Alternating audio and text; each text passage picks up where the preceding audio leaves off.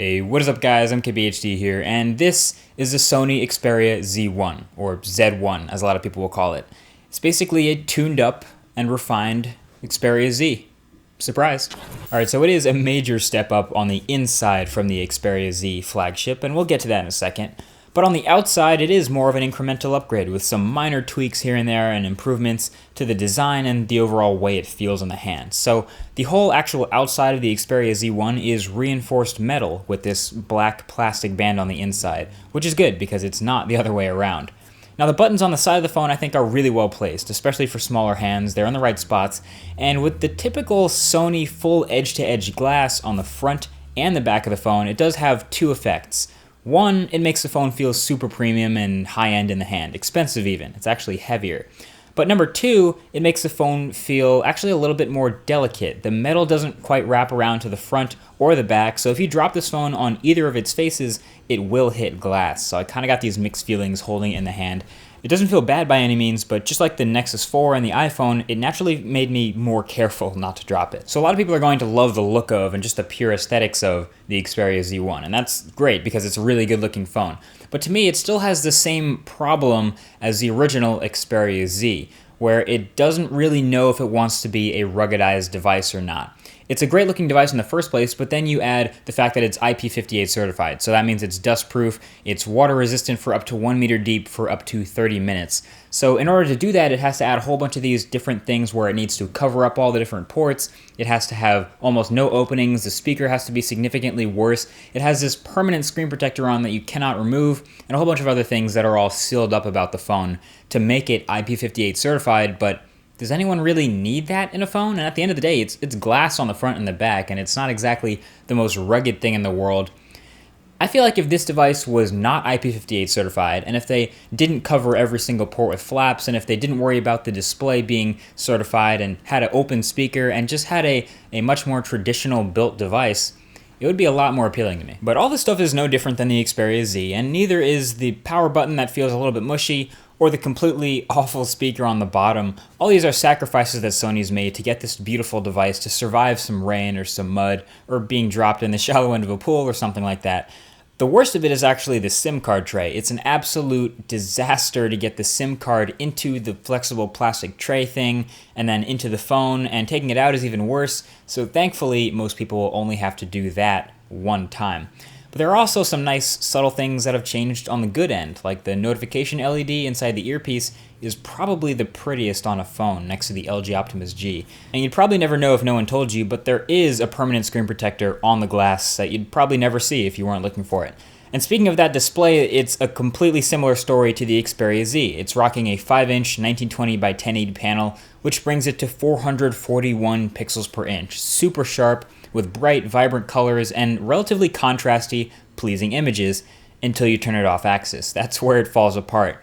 Because of the protector that they put on the display to help it pass that IP58 certification, the Xperia Z1 has some pretty poor viewing angles when it comes to color reproduction. You can see here, compared to the Moto X, that it starts getting weird at only about 30 degrees off axis, and by then it just looks totally washed out and you're missing all the color and contrast. As you know, the rest of the quirks about this phone, like the flaps that you have to open to charge it, and the glass front and back and the new design, they're all things that you can get used to after just a little bit of use. But this display was the one thing that I could never get over, because it's the one thing that you have to look at when you're using your phone. And a lot of people argue you'll never use the display off axis, but trying to show just one other person some movie or something on your phone, you'll have to deal with these incredibly poor viewing angles. Even when gaming, when you turn the phone a lot, you're gonna have to deal with this. But there's another hardware feature that we can talk about that's gotten a lot of attention on the Z1, and that is the camera. And it's a pretty good one. Now, a lot of people automatically look at that 20 megapixels and assume, whoa, it must be in the top 5 smartphone cameras now. It's actually not, but don't get me wrong, it's not bad at all. It's like number 6, but it has its pros and cons. But first I wanna say that this phone has just about the perfect button layout for taking pictures, like a mouse. So anyway, opening up the camera app from any shortcut, first thing you'll notice is the viewfinder frame rate is very high, and it takes you into Sony's superior auto mode by default, which is supposed to choose the best photo mode to use by evaluating the situation. but it turns your image size down to 8 megapixels and turns the image stabilization off by default, which is weird. So I always get in the habit of switching to manual mode and turning it to 20 megapixels and turning the software stabilization on. Now the phone's camera actually has a pretty big sensor, bigger than the one in the Galaxy S4 and in the iPhone. So if you want to take that for granted, it does give you a nice shallow depth of field. It also has a benefit of Sony optics, and Sony, like we know, makes great cameras. So that should be all good there, but the images were decent at best. They're not going to shock anyone that you took them from a camera phone or anything, mostly because the image processing is meh and the colors really aren't that vibrant. They sometimes look a bit dull, but the sharpness is definitely there, and the focus was pretty accurate in regular light, so they tend to look alright. The camera really struggled though in low light. I have to mention that the very colors and the artifacts and the noise patterns in low light were just really bad. The flash didn't help either, so there's no real optical image stabilization. So it's really not that good in low light, but lucky for us, Sony has put a lot of effort into the Xperia skin, and the camera is one place where you can really see a lot of it in action. The manual mode has that exposure control dial, so you can choose how to meter the image manually, which is nice. And again, it's in that sweet spot with the awesome button layout. I really like shooting with it. Future software updates, in addition to the one that the phone's already received, can probably work on processing the images a bit better though. But as of right now, the camera is just pretty good, not the greatest, as a lot of people expected it to be, but I have a full sample image gallery linked right below that like button if you want to check all those out. Now the rest of Sony's Xperia skin is very familiar if you've used any other Sony phone, and it's obvious that Sony is putting a lot of effort into improving this and making it a better usage experience. It's running here on top of Android 4.2 Jelly Bean, and since this phone is rocking a Snapdragon 800 processor, yes, it is a great performer. Like, it crushes through benchmarks, browses the web super smooth and very fast, and is just all around, rarely stutters at all, like you would expect from a Snapdragon 800 device.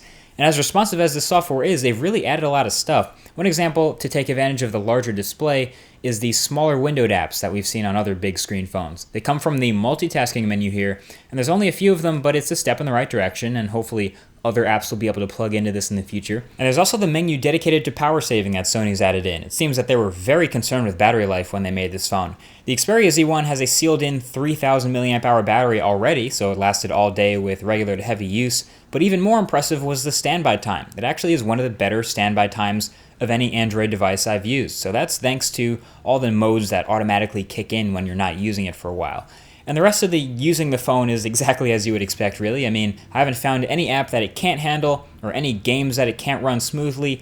It's overall a buttery experience. I'm just hoping Sony keeps their finger on the pulse here and updates this device to Android 4.4 when it comes out, because I think there's going to be some interesting Google experience stuff that skinned phone users are really going to like. So at the end of the day, the Xperia Z1 is exactly what it sounds like. It's a sort of a refined, tuned up, more bold Xperia Z, which is great because if you really like the original Xperia Z, you're going to love the Xperia Z1. But if you're in the same boat as me where you didn't like the Xperia Z, some software wasn't really for me, I didn't like the way it looked as much, then you're probably not going to like the Xperia Z1 either because they're very similar in that regard. But either way, that's why the comment section is open. Let us know what you think of the Xperia Z1 right down there below, and you'll see me answering a whole bunch of comments as well below. Either way, thank you for watching this video. If you enjoyed, if you want to see more videos like this one, there's a subscribe button below as well for you to check that out. Click it and never miss another video. Thanks for watching, and I'll talk to you guys in the next one. Peace.